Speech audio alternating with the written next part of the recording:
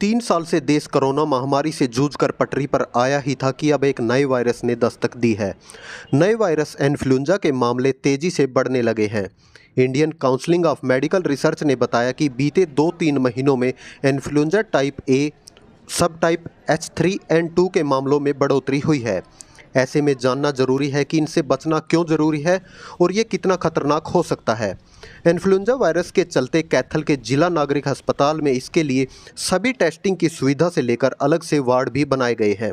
Doctors का कहना है कि फिलहाल कैथल में इस वायरस का कोई मामला सामने नहीं आया है, लेकिन स्वास्थ्य विभाग पूरी तरह से इस वायरस को लेकर अलर्ट है। चूँकि ये वायरल बीमारी है, इसलिए किसी एक व्यक्ति से दूसरे व्यक्ति में आसानी से फैल सकता है। WHO के मुताबिक भीड़ भाड़ वाली जगहों पर यह आसानी से फैल सकता है। इस वायरस को लेकर डॉक्टर्स का क्या कुछ कहना है, सुनिए। जो नया वायरस है ये एक इन्फ्लुएंजा वायरस है। इन्फ्लुएंजा वायरस इस देश में बहुत सदियों से है, सालों से है। सीजनल वायरस हैं। वायरल डिजीज़ जब भी सीज़न चेंज होता है, पहले से भी होती आई हैं, अब भी हो रही हैं। लेकिन पिछले 2 साल में जब ये कोविड का वायरस जब आया इस देश में, जो शायद WHO के अकॉर्डिंग भी चाइना से जिसका ओरिजिन हुआ और वर्ल्ड में फैला, तो कोविड के आउटब्रेक जब 2020 में 2021 में हुआ तो काफ़ी लार्ज स्केल पर हुआ था, जिसकी वजह से बहुत सारे लोग इन्फेक्टेड हुए, बहुत सारी डेथ्स हुई, कई तरह की कॉम्प्लिकेशंस हुई। तो इसलिए एक डर लोगों में बैठ जाता है, जबकि वायरल डिजीज़ बहुत सारी हैं। शुरू से ही हम अपने बच्चों को जो ये इंजेक्शन लगवाते हैं, इन्फ्लुएंजा वायरस है। वायरस का एक प्रकृति होती है कि उसमें म्यूटेशंस होती रहती हैं उनके स्ट्रेन में। एक स्ट्रेन से दूसरे स्ट्रेन में उनका जो जेनेटिक मटेरियल है वो चेंज होता है, तो म्यूटेशन के अकॉर्डिंग उसकी वायरुलेंस चेंज होती है। वायरुलेंस मतलब उसकी सीवियरिटी रोक करने की, लोगों को इन्फेक्ट करने की, फैलने की। नहीं तो नॉर्मल जो वायरल इन्फेक्शन है, शुरू से हम ये मानते हैं कि वो 1 हफ्ता लेता है। खांसी, जुकाम, सर्दी सिम्टम आते हैं, धीरे धीरे सिम्टम कम हो जाते हैं और उसका साइकिल वायरस का जैसे ही पूरा होता है तो अपने आप ही वो डिज़ीज़ ठीक हो जाती है। कोरोना के साथ इसको कैसे जोड़ा जाता है? कोरोना के साथ ऐसे देख रहे हैं कि वो भी एक वायरल डिजीज़ थी, कोविड भी वो भी एक वायरस था, ये भी एक वायरस है। तो वायरस की वायरुलेंस कितनी है, इन्फेक्शन होने के बाद वो कितना गंभीरता से किसी को इन्फेक्ट कर पाता है, इसलिए वो वायरस टू वायरस वो डिपेंड करता है। वो भी एक वायरस था, ये भी एक वायरस है। लेकिन फ़िलहाल अभी ऐसा कोई केस यहाँ पर रिपोर्ट नहीं हुआ, कोई केस ना तो अभी यहाँ रिपोर्ट हुआ है।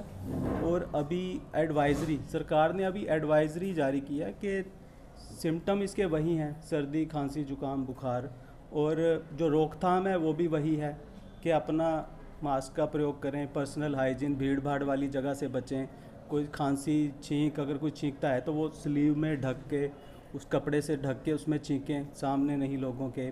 भीड़ भाड़ वाली जगह से बचें। अपनी हैंड वाशिंग है उस प्रैक्टिस को, और जो distance maintaining person to person, और प्रिकॉशन सारी वही हैं जो कोविड के लिए हम यूज़ करते हैं। मतलब इसकी टेस्टिंग का जो टाइम है वो कितने दिन में पता चल जाता है अगर कोई इन्फेक्टेड हो तो? लक्षण आने पर है। अभी एडवाइजरी में टेस्टिंग के बारे में जो पहले 2019-20 की शायद गाइडलाइन थी, तो कैथल डिस्ट्रिक्ट सैम्पलिंग के लिए कल्पना चावला को के साथ अटैच किया गया था। तो सरकार की अब टेस्टिंग के लिए गाइडलाइन है, शायद 1-2 दिन में, आज या कल सरकार की तरफ से जारी हो जाएंगे कि ज़िलेवार इसके सैंपल किस मेडिकल कॉलेज में भेजे जाएंगे, क्योंकि इसकी लैब शायद मेडिकल कॉलेज में ही स्थापित की जाएगी जहां माइक्रोबायोलॉजी डिपार्टमेंट होता है, ताकि वायरस का प्रकार, उसकी वायरुलेंस की जांच की जा सके। Thank you. तो डॉक्टर साहब, किस तरह इसके लिए जो है कैथल जिला स्वास्थ्य विभाग ने किस तरह के प्रबंध किए हैं, क्या क्या किया है, किस तरह के टेस्ट हो रहे हैं, क्या हो रहा है हॉस्पिटल के अंदर? तो सरकार ने अभी जो एडवाइजरी जारी की है उसके लिए तो पहले तो वही है कि लोगों को सचेत किया जाए। सरकार उसके लिए प्रयास करेगी न्यूज़पेपर्स के माध्यम से, मीडिया के माध्यम से, कि पहली तो वही है कि अपना बचाव, प्रिवेंशन, प्रिकॉशंस पर ज़्यादा ध्यान दिया जाए कि हम भीड़ भाड़ वाली जगह से बचें, अपनी पर्सनल हाइजीन हम रखें, और अपनी हैंड वाशिंग की प्रैक्टिस, और पर्सन टू पर्सन जो मेंटेन करना, मास्क का यूज़ करना, वही है। सीजनल वायरस है तो अभी तक जैसे केस नहीं आए, उम्मीद यही करेंगे कि हमारा ज़िला इससे बचा रहे, लोग भी इससे बचे रहें, भय का माहौल ना हो और सब लोग बिना भय के अपना नॉर्मल जीवन जी सकें। छोटे बच्चों के लिए क्या डॉक्टर साहब हॉस्पिटल के अंदर किस तरह जो है यानी इसके लिए अभी से जो है पहले से जो प्रबंध किए गए हैं?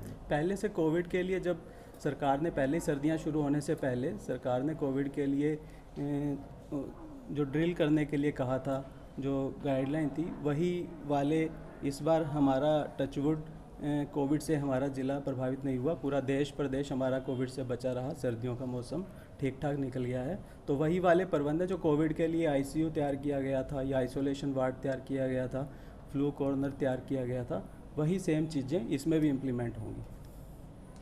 तो टेस्ट वगैरह के लिए किस तरह जो है जो पेशेंट आते हैं जिनको कुछ ऐसे सिम्टम्स नजर आते हैं तो टेस्ट के लिए कोविड लैब जो बनाई गई थी सैंपल के लिए अलग से रूम बनाया गया था इस हॉस्पिटल में, वो कार्यरत है, पूरा साल चलता है, अब भी चल रहा है।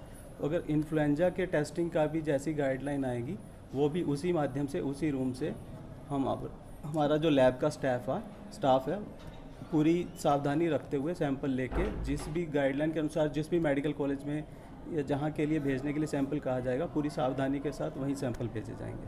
तो आम पब्लिक को क्या जो है कहना चाहेंगे? क्या पब्लिक के लिए तो यही कहेंगे कि किसी प्रकार से ऐसे कोई डरने वाली बात नहीं है, किसी प्रकार का पैनिक पब्लिक में नहीं होना चाहिए। सीजनल वायरस के इन्फेक्शन पहले भी होते आए हैं, आगे भी होते रहेंगे सीज़न चेंज होने के साथ, और सरकार इसके लिए पूरे प्रयासरत है। जो सरकार ने पहले तैयारियां की थी, सरकार इसके लिए प्रयासरत है। लोगों में भय का माहौल नहीं होना चाहिए और अपनी पर्सनल बचाव के लिए वही कोविड की जो हिदायतें पहले सरकार द्वारा दी गई थी कि अपनी हैंड वाशिंग, पर्सनल अपनी हाइजीन, साफ़ सफाई, मास्क का प्रयोग करना, सैनिटाइज़र, साबुन के साथ हाथों को अपने साफ़ रखना, खांसते छींकते समय ओपन में नहीं छींकना, स्लीव में या मुंह पर कपड़ा रखकर उसमें खांसे, ताकि पर्सन टू पर्सन ड्रॉपलेट से स्प्रेड होता है। जब कोई खांसता है छींकता है जो ड्रॉपलेट निकलते हैं वही जब दूसरा अपने सांस के द्वारा अंदर खींच लेता है तो वायरस ऐसे ही फैलता है। इसी तरह पर्सन टू पर्सन ही फैलता है वायरस, किसी नॉन लिविंग थिंग से नहीं फैलता। तो उन्हीं चीज़ों, उन्हीं सावधानियों का लोग ध्यान रखें ताकि हम किसी भी प्रकार के वायरल इन्फेक्शन से हम बच सकें और दूसरों को भी बचा सकें।